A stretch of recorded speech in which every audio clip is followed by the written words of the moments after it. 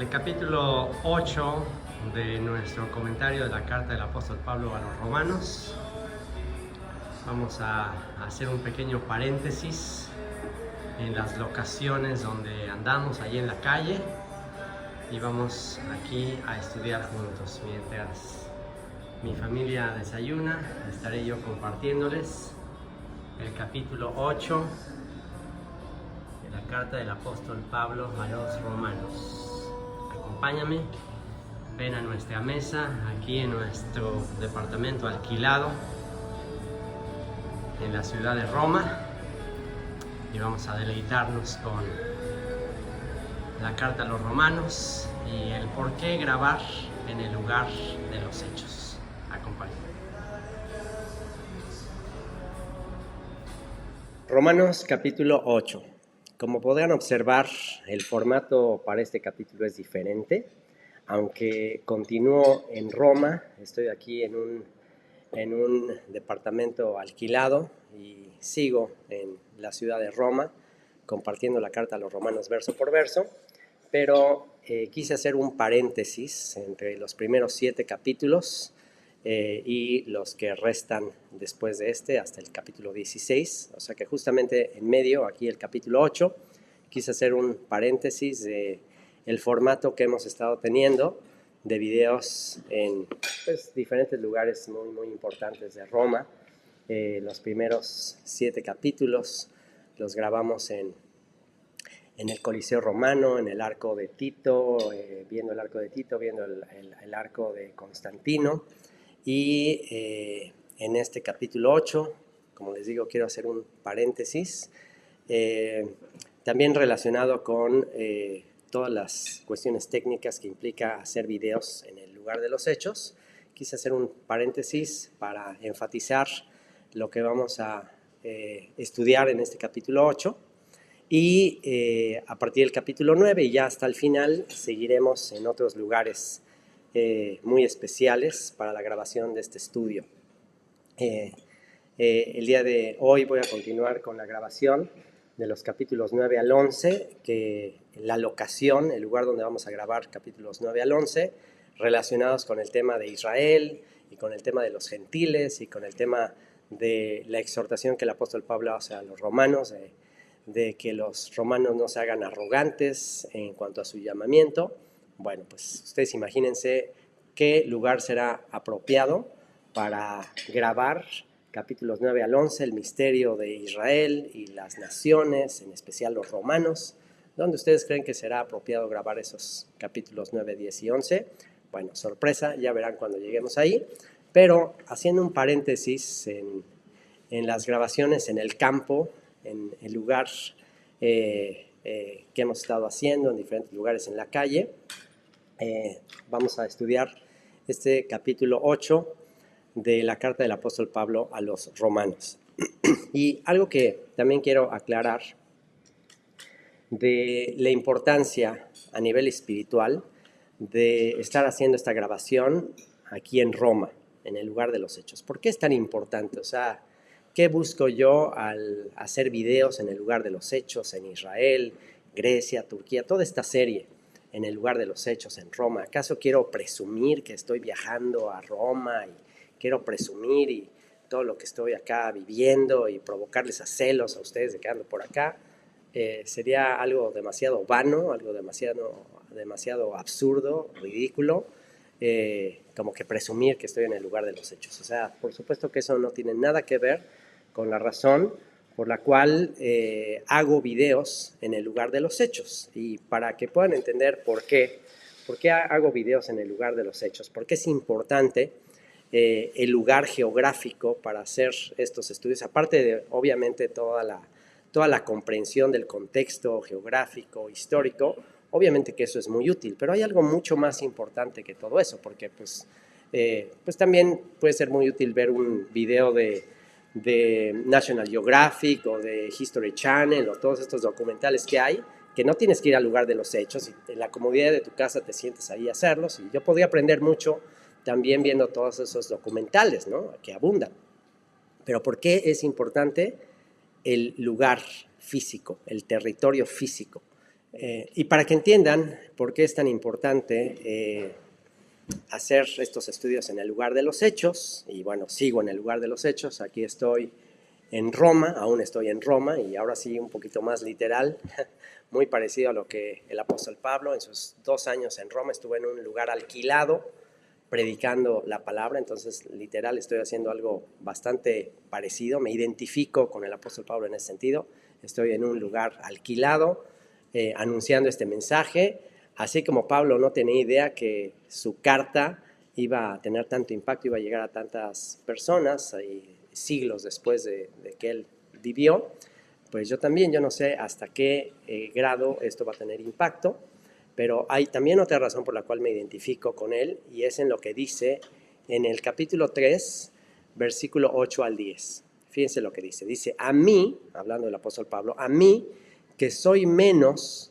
que el más pequeño de todos los santos, me fue dada esta gracia de anunciar entre los gentiles, entre las naciones, el evangelio de las inescrutables riquezas de Cristo. ¿Okay? A mí que soy el más pequeño de todos los santos. En esto me identifico completamente con él. Y no es, de verdad, se los digo, no es una falsa humildad de, ay, sí, soy el más pequeño. No, de verdad, de verdad. Yo conozco mi historia, conozco de dónde vengo, conozco de dónde el Señor me sacó y me siento plenamente, con toda sinceridad, identificado con estas palabras del apóstol Pablo. A mí que soy menos.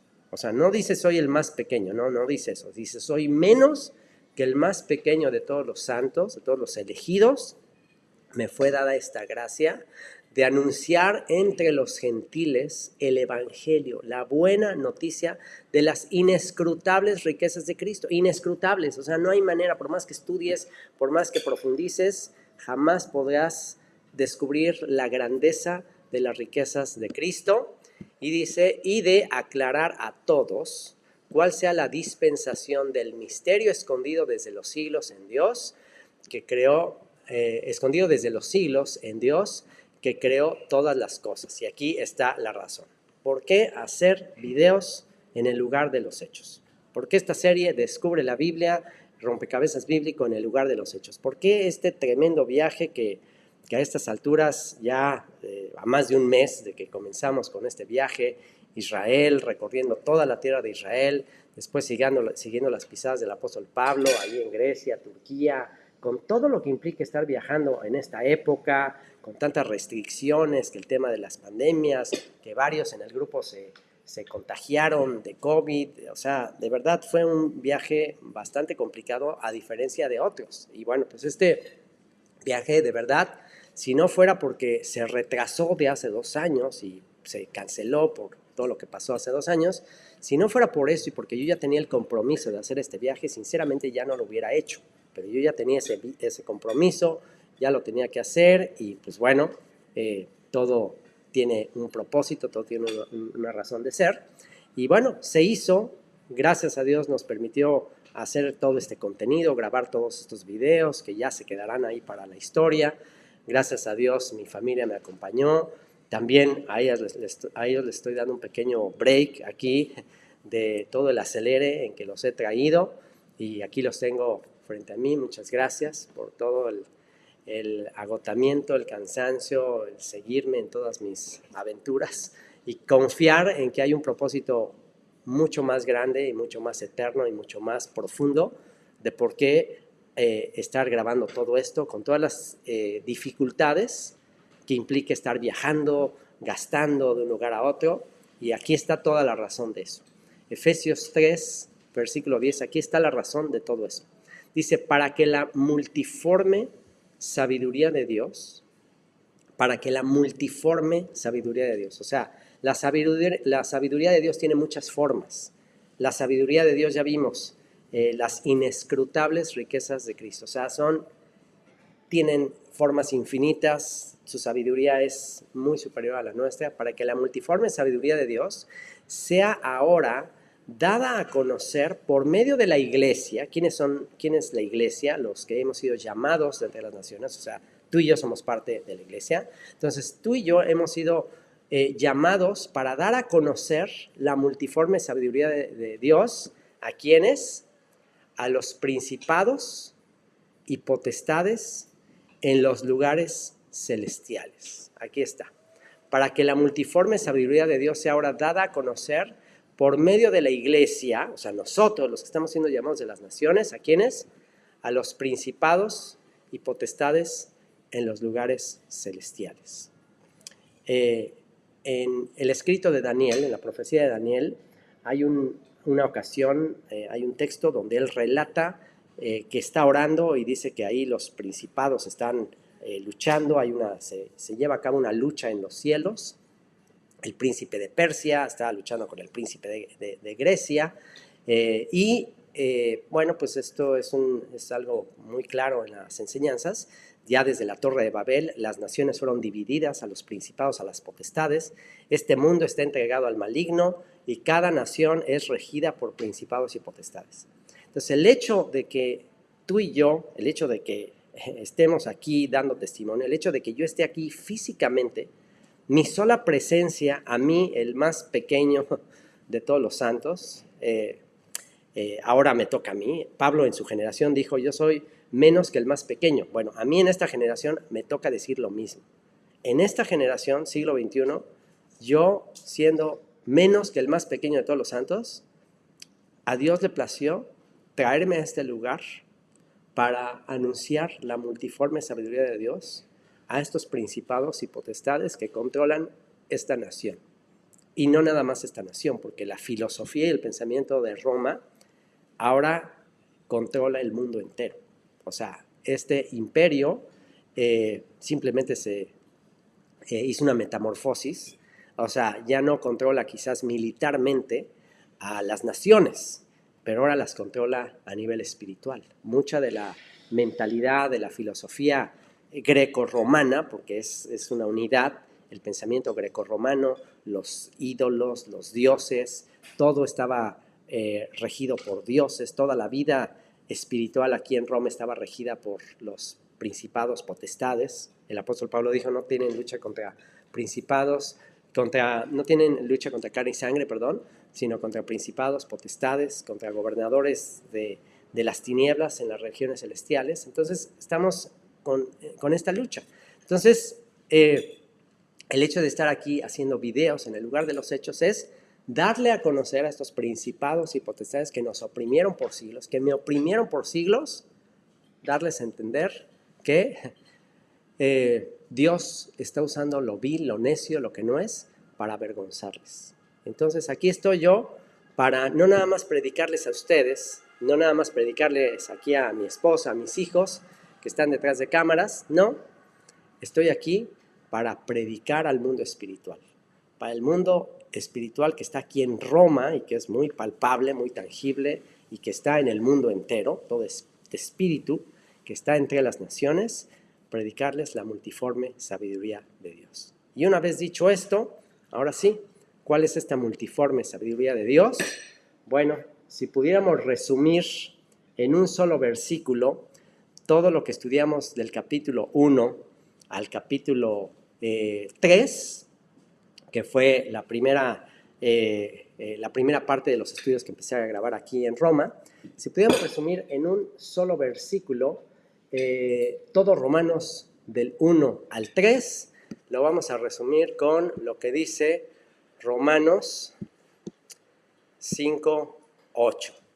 Y bueno, en este que es el paréntesis, hago un paréntesis de todo lo que hemos visto, leemos el capítulo 8 y nos preparamos para predicarle a los principados y potestades la sabiduría de Dios en un lugar muy particular al que iremos más adelante. Entonces, bueno, resumiendo los capítulos 1, 2 y 3 de Romanos, los resumimos con este versículo. Así que si ya se te olvidó todo lo que dice Romanos 1, 2 y 3, te lo resumo en un solo versículo, Romanos 5, 8, que dice, mas Dios muestra su amor para con nosotros en que siendo aún pecadores, Cristo murió por nosotros. Ahí está resumido.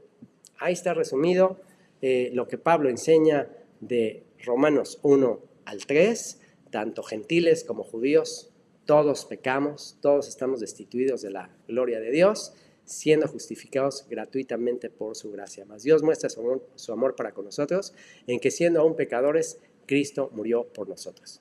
Y después, si te perdiste capítulos 4, 5, 6 y 7, ¿cómo podemos resumir capítulos 4, 5, 6 y 7? Bueno, eso te lo voy a resumir con lo que dice Romanos 7, un poquito antes del capítulo al que vamos a entrar. Te lo voy a resumir en los versículos 24 y 25. Todo lo demás, Romanos 4, 5, 6 y 7, te lo resumo en versículo 24, que dice: miserable de mí, ¿quién me librará de este cuerpo de muerte? Todo lo que está diciendo es, así como Abraham, su cuerpo estaba como muerto, así como David, que tenía la sentencia de muerte por haber pecado, todos los descendientes de Adán, todos los hijos de Adán, todos estábamos destinados a morir. Todos estamos en un cuerpo de muerte. Y la pregunta es, ¿cómo me libro de cómo me libro de este cuerpo de muerte? Es así la pregunta, ¿cómo me libro de este cuerpo de muerte? ¿O qué hago para librarme de este cuerpo de muerte? No, la pregunta no es qué o cómo, la pregunta es quién. Porque qué o cómo no hay manera. No hay manera, no hay antídoto, no hay religión, no hay obras, no hay nada que podamos hacer. Entonces la pregunta no es qué hago o cómo le hago, la pregunta es quién. ¿Quién me librará de este cuerpo de muerte? Gracias doy a Dios por Jesucristo, por Yeshua, Señor nuestro. Así que yo mismo con la mente sirvo a la ley de Dios, más con la carne a la ley del pecado. Es decir, mi cuerpo es corruptible, este cuerpo va al polvo, pero gracias sean dadas a Dios de que a pesar de vivir en un cuerpo corruptible, a pesar de vivir en un cuerpo que se está deteriorando, y vaya que con la edad cada vez me doy más cuenta de esto, ya no es lo mismo, como dice el dicho, ya no es lo mismo los tres mosqueteros que 54 años después, ya no es lo mismo. Y esto simplemente me hace consciente de que este cuerpo es corruptible, se está deteriorando, mas gracias a Dios que tenemos la esperanza de la resurrección, de la vida eterna, de un cuerpo incorruptible. Gracias a Dios, porque eso solamente Él lo pudo hacer. Y ahora sí, capítulo 8, ahora pues ninguna condenación hay para los que están en Cristo Jesús, en el Mesías Yeshua, los que no andan conforme a la carne, sino conforme al Espíritu. Es decir, mi esperanza, mi confianza no está en lo que puedo hacer en el cuerpo, porque mi cuerpo es corruptible, se va a morir. Mi esperanza está en el Espíritu de aquel que resucitó de los muertos. Porque la ley del Espíritu de vida en Cristo Jesús me ha librado de la ley del pecado y de la muerte. Porque lo que era imposible para la ley, por cuanto era débil por la carne, en el Espíritu quiero, en mi mente quiero guardar los mandamientos, pero mi carne es débil. Lo que les dijo Yeshua a sus discípulos ahí en el huerto de Getsemaní, les dijo, oigan, por lo menos oren conmigo una hora, aunque sea una hora, oren conmigo. ¿Y qué sucedió? Las dos veces los encontró dormidos otra vez. Y entonces dijo, a la verdad, el espíritu está dispuesto, pero la carne es débil. Entonces Dios conoce nuestra condición, Dios se acuerda de que somos carne, somos polvo, no tenemos la capacidad, y por eso es que Él nos da de ese espíritu de lo alto con el cual podemos vencer esta carne. Porque lo que era imposible para la ley, por cuanto era débil por la carne, Dios enviando a su Hijo en semejanza de carne de pecado, y a causa del pecado condenó al pecado en la carne. ¿En la carne de quién? En la carne de Yeshua. Él en su cuerpo recibió toda la condenación por nuestros pecados. ¿Para qué? Para que la justicia de la ley se cumpliese en nosotros, que no andamos conforme a la carne, sino conforme al Espíritu. Porque los que son de la carne piensan en las cosas de la carne, pero los que son del Espíritu, en las cosas del Espíritu. Porque el ocuparse de la carne es muerte, pero el ocuparse del Espíritu es vida y paz. Obviamente, si tú solo vives para este cuerpo, para lo que te pide el cuerpo, estás echándole dinero bueno al malo, estás invirtiendo en un negocio en bancarrota, ¿ok? Sí, ok, pídele al cuerpo lo que te pida, estás invirtiendo en en un negocio que ya está quebrado. O sea, todo se va a ir a la letrina, todo se va a corromper, este cuerpo se va a ir al polvo. Entonces, el ocuparse de la carne es muerte, pero el ocuparse del Espíritu es vida y paz. Por cuanto los designios de la carne son enemistad contra Dios, porque no se sujetan a la ley de Dios, ni tampoco pueden, ¿se dan cuenta? Ni tampoco pueden. Por más que nos esforcemos, por más que yo quiera, no puedo. No se trata de No se trata de buenos deseos, se trata simplemente de incapacidad. No puedo. Y los que viven según la carne no pueden agradar a Dios. El que trata de agradar a Dios con sus esfuerzos, pues son como trapos sucios, como trapos de inmundicia. Es como presentarte en un banquete de bodas con el rey que va a checar cada detalle de la vestimenta, presentarte con tus vestidos harapientos. Pues claro que no tienes la capacidad de presentarte delante del rey. Mas vosotros no vivís según la carne, sino según el Espíritu, si es que el Espíritu de Dios mora en vosotros, y si alguno no tiene el Espíritu de Cristo, no es de él. Y aquí ese es todo el tema. Todo el tema, el día cuando estemos en su presencia, solamente es así de simple. O sea, no te va a ver qué has hecho por mí, no, solamente te va a tomar el pulso. O sea, ¿cómo puedes saber que alguien está vivo o está muerto? Le tomas el pulso, le pones el dedo aquí, ves si está latiendo, si hay respiración, está vivo. No respira, no hay latido, pues está muerto. Entonces, ¿cómo puedes saber que una persona está viva? Pues si tiene el Espíritu de Cristo. Si el Espíritu del Mesías está en él, está vivo. Si no tiene el Espíritu del Mesías, no es de él. Pero si Cristo está en vosotros, el cuerpo en verdad está muerto a causa del pecado, mas el Espíritu vive a causa de la justicia. Y si el Espíritu de aquel que levantó de los muertos a Yeshua mora en vosotros, el que levantó de los muertos al Mesías Yeshua vivificará también vuestros cuerpos mortales por su Espíritu que mora en vosotros. Así que, hermanos, deudores somos no a la carne para que vivamos conforme a la carne, porque si vivís conforme a la carne moriréis, porque si por el Espíritu hacéis morir las obras de la carne, viviréis. ¿Y cómo sabemos que tenemos el Espíritu de Cristo? ¿Cómo yo puedo saber que tengo el Espíritu del Mesías? Porque cualquier persona puede decir, sí, tengo el Espíritu de Cristo. Sí, el Espíritu de Dios mora en mí. Bueno, ¿cómo puedo saber? ¿Cómo puedo saber que no me estoy engañando a mí mismo? Aquí está la respuesta, verso 14. Porque todos los que son guiados por el Espíritu de Dios, estos son hijos de Dios. Y esto lo estamos repitiendo una y otra vez en esta serie, que es un hijo de Dios, un ser espiritual. ¿Cuál es la diferencia entre hijos de Adán e hijos de Dios? Pues hijos de Adán, carne, cuerpo, solo vives para este cuerpo. Hijos de Dios, hijo espiritual. Entonces, ¿cómo puedes saber que eres un hijo espiritual? Si eres guiado por el Espíritu de Dios. Y si dijimos que la ley es espiritual, pues si tu máxima aspiración es guardar la ley espiritual, si tú dices, bueno, yo soy carnal, vendido al pecado, pero yo aspiro a ser espiritual, obedeciendo la ley que es espiritual, esa es la señal inequívoca de que eres hijo de Dios. O sea, no es de que lo digas, no, pues, ahora sí que como dice el dicho, de lengua me echo un taco, tú puedes decir todo lo que quieras, pero ¿cómo puedes demostrar que eres hijo de Dios? Pues porque vives en contra de tu naturaleza. O sea, para mí, la verdad, es un milagro querer vivir para obedecer a Dios. Es un milagro. O sea, conociéndome a mí mismo, conociéndome de dónde vengo, conociendo mis instintos, mis inclinaciones, lo que yo deseo hacer, pues es increíble que esté queriendo hacer todo esto. Eso solamente fue una obra divina.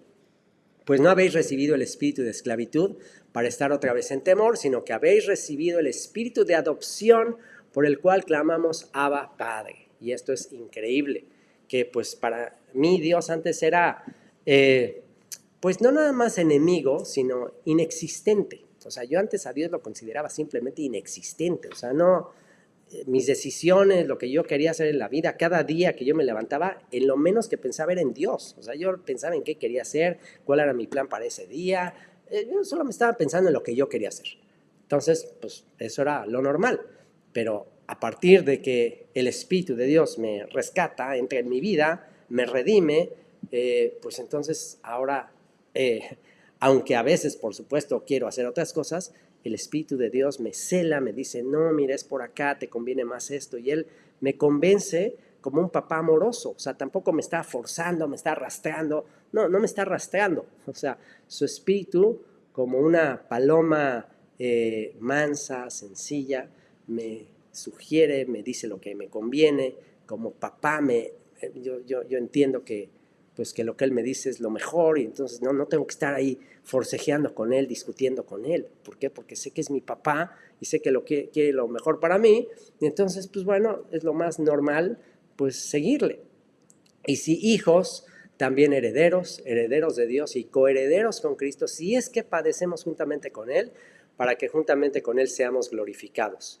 Pues tengo por cierto que las aflicciones del tiempo presente no son comparables con la gloria venidera que en nosotros ha de manifestarse, porque el anhelo ardiente de la creación es el aguardar la manifestación de los hijos de Dios. ¿Se dan cuenta? La creación, la naturaleza, la tierra, los animales, el mundo animal, todo lo que vemos a nuestro alrededor, dice que está aguardando, está esperando la manifestación de los hijos de Dios. Dice, porque la creación entera fue sujetada a vanidad, no por su propia voluntad, sino por causa del que la sujetó en esperanza. ¿Qué quiere decir que la creación fue sujetada a vanidad? ¿Qué quiere decir esto? Pues según la ley de la termodinámica. ¿Qué quiere decir esto? Que todo está en un proceso de deterioro.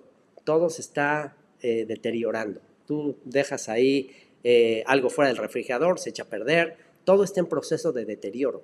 Todo se está contaminando, entre más somos, pues más se deteriora la naturaleza. Entonces, ¿por qué Dios sujetó todo esto a vanidad?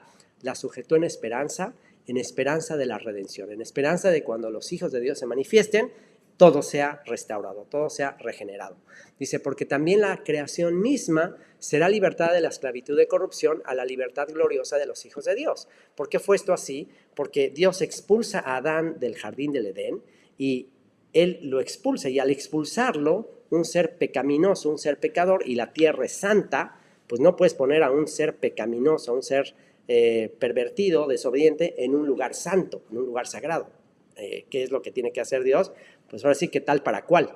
La tierra entera es sujetada a vanidad, producirá espinos y cardos, la creación misma pues tiene ya la naturaleza caída de Adán. ¿Y qué está esperando la creación? Los animales, los tigres, todos los que están ahí sujetos a la ley de la jungla y la ley del más fuerte y matándose unos a otros. ¿Qué están esperando? Pues que estos hijos de Dios ya se manifiesten, ya Dios restaure toda la creación, y una vez que la creación sea restaurada, entonces una vez más morará el león con el cordero, el niño jugará con la culebra ahí en la cueva, no harán más daño en mi santo monte, porque toda la tierra será llena de la gloria de Dios, como las aguas cubren la mar.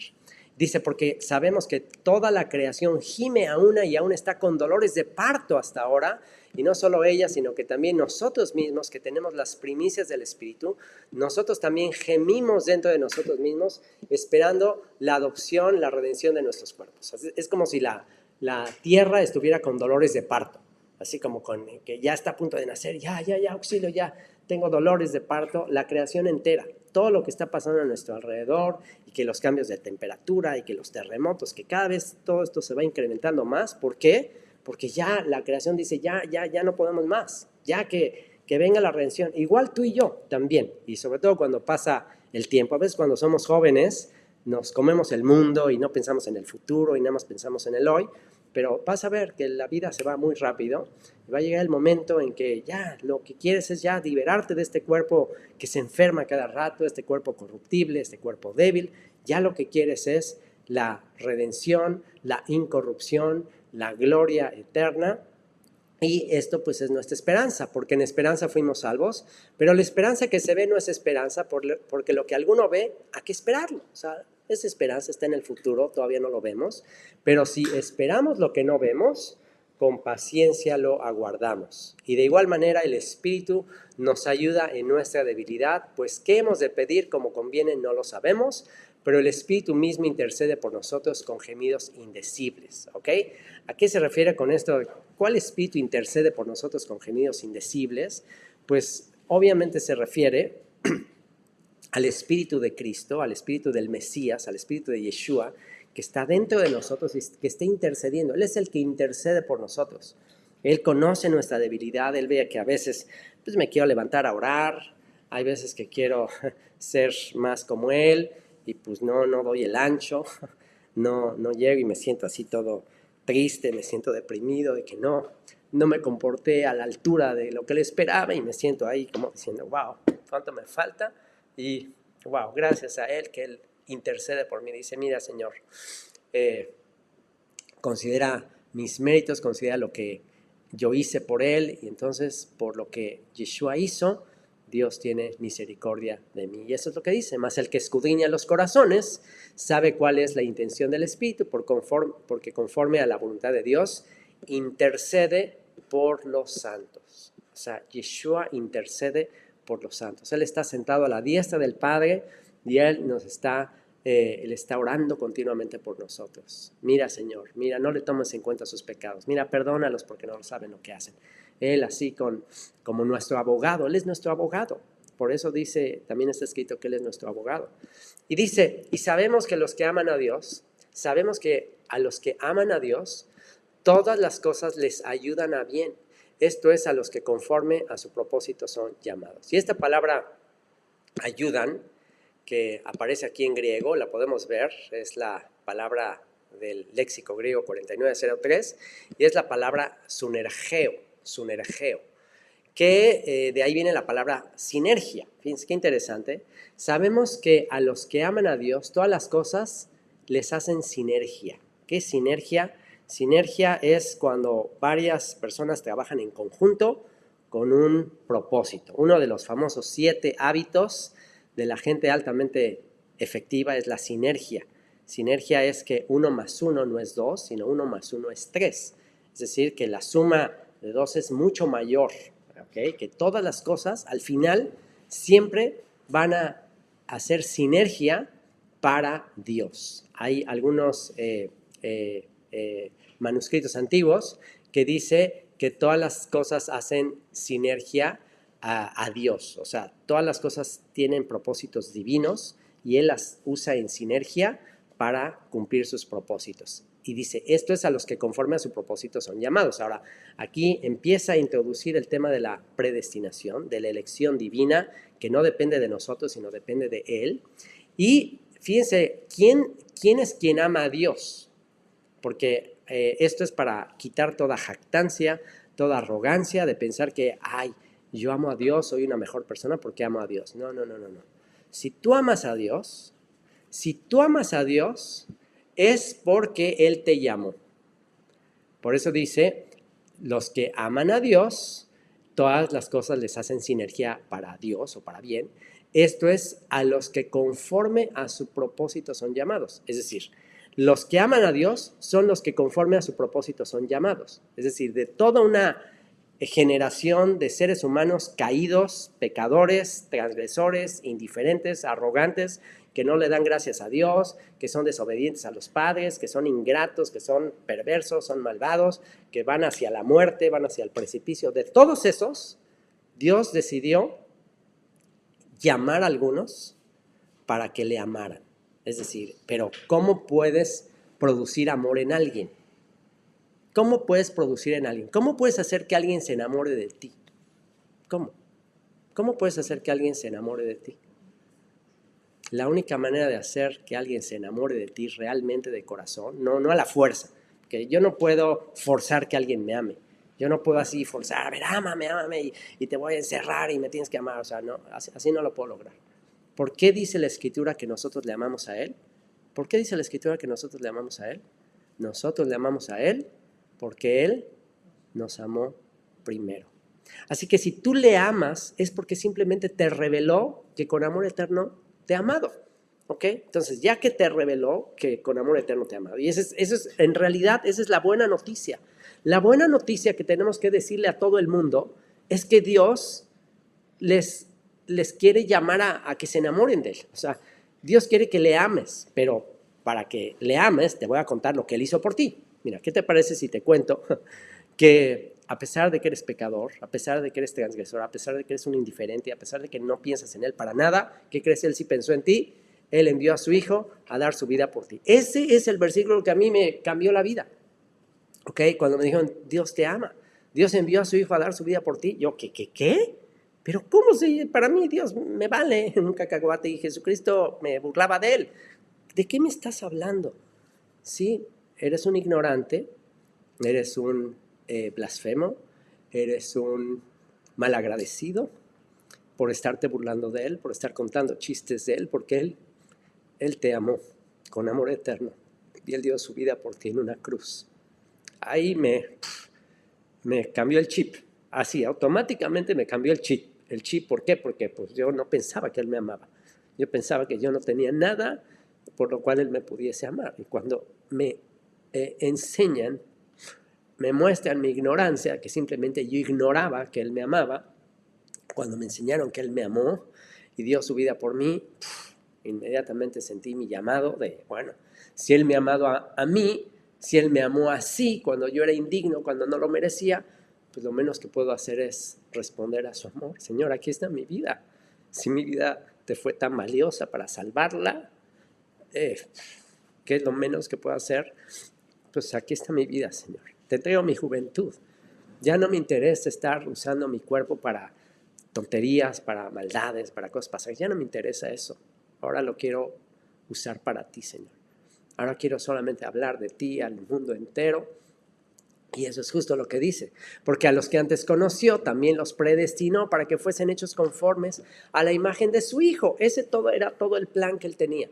De toda esta masa de gente perversa, malvada, malagradecida, de todas estas multitudes ingratas, voy a elegir algunos que sean agradecidos, que me amen, que todas las cosas les ayuden a bien, que puedan llevar mi mensaje a todo el mundo. Porque a los que antes conoció también los predestinó para que fuesen hechos conformes a la imagen de su Hijo. Eso es lo único que Él quiere, que seamos como su Hijo, que demos nuestra vida por Él, que vivamos para Él.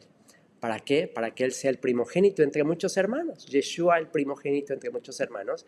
Y a los que predestinó, a estos también llamó. Y a los que llamó, a estos también justificó. Y a los que justificó, a estos también glorificó. O sea, ya estamos glorificados. Desde su perspectiva, no es que seremos glorificados. Desde su perspectiva, nosotros ya estamos sentados en los lugares celestiales con Cristo. Ya estamos ahí a su diestra. Ya estamos ahí. Él ya ve las cosas que no son como si fuesen. ¿Qué pues diremos a esto? Entonces no hay falla, no hay posibilidad de que algo falle en el plan. Si te llamó, si te mostró que te ama, entonces no hay falla en el plan. Tú vas a estar con Él, vas a estar enamorado de Él, vas a estar viviendo con Él, vas a estar feliz estando en su presencia. ¿Qué pues diremos a esto?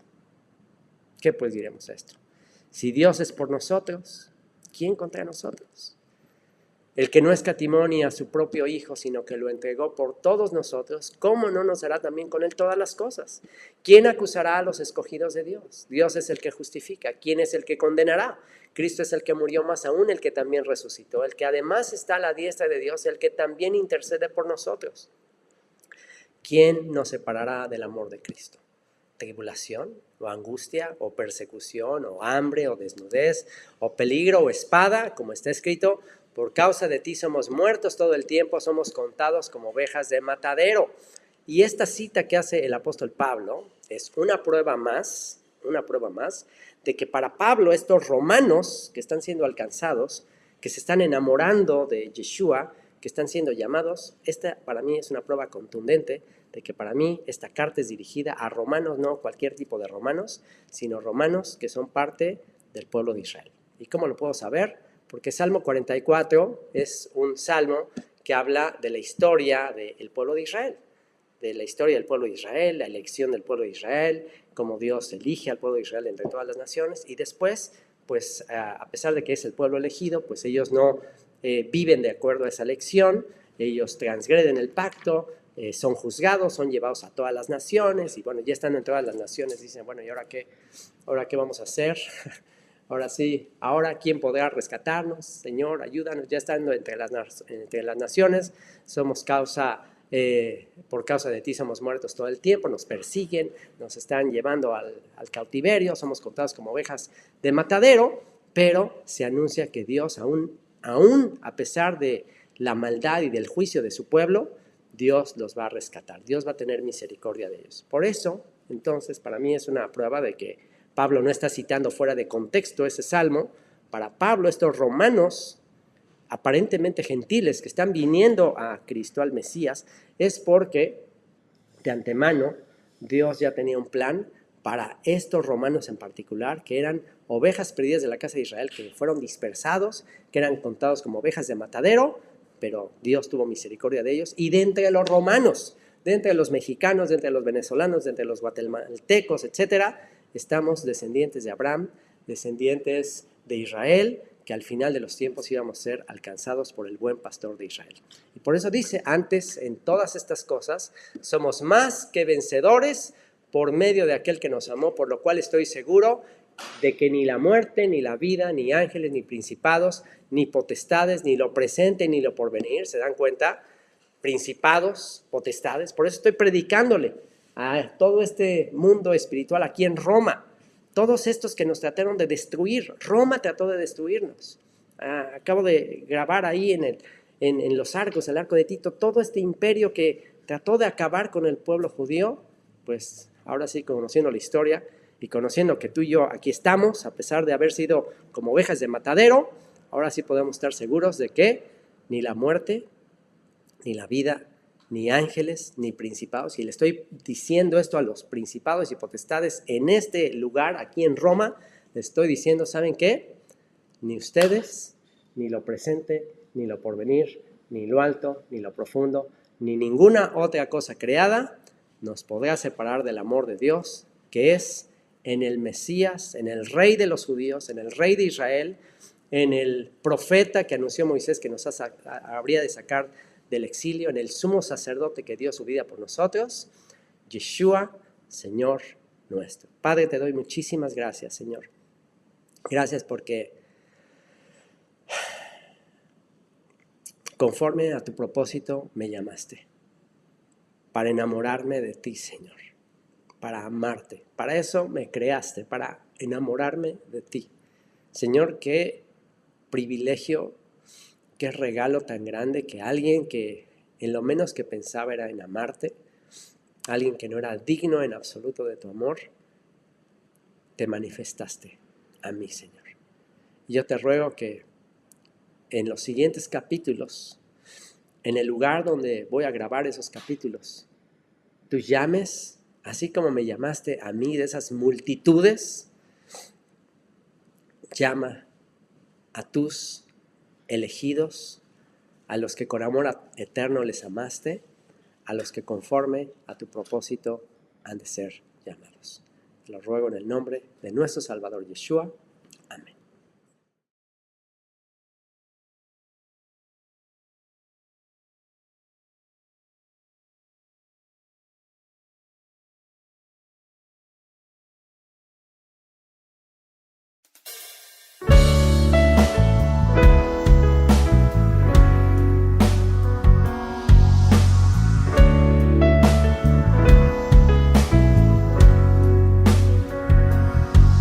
Por amor a tu nombre, de las naciones nos tomarás, al rebaño esparcido, tú mismo rescatarás.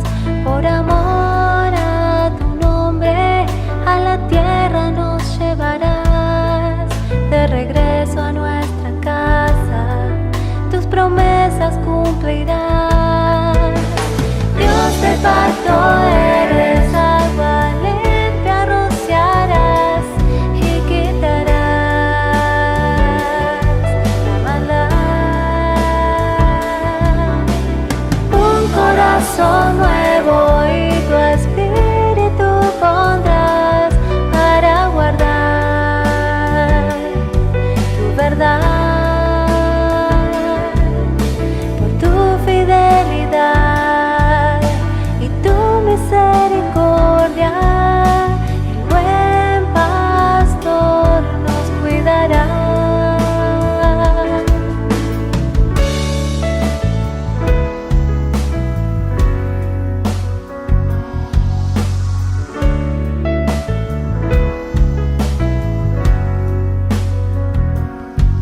Una nación en la tierra, en los montes de Israel, dos pueblos unidos serán Judá y José.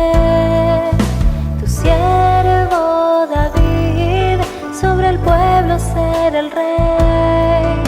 Por siempre guardaremos y andaremos en tu ley. Dios de pacto eres, agua limpia rociarás y quitarás la maldad.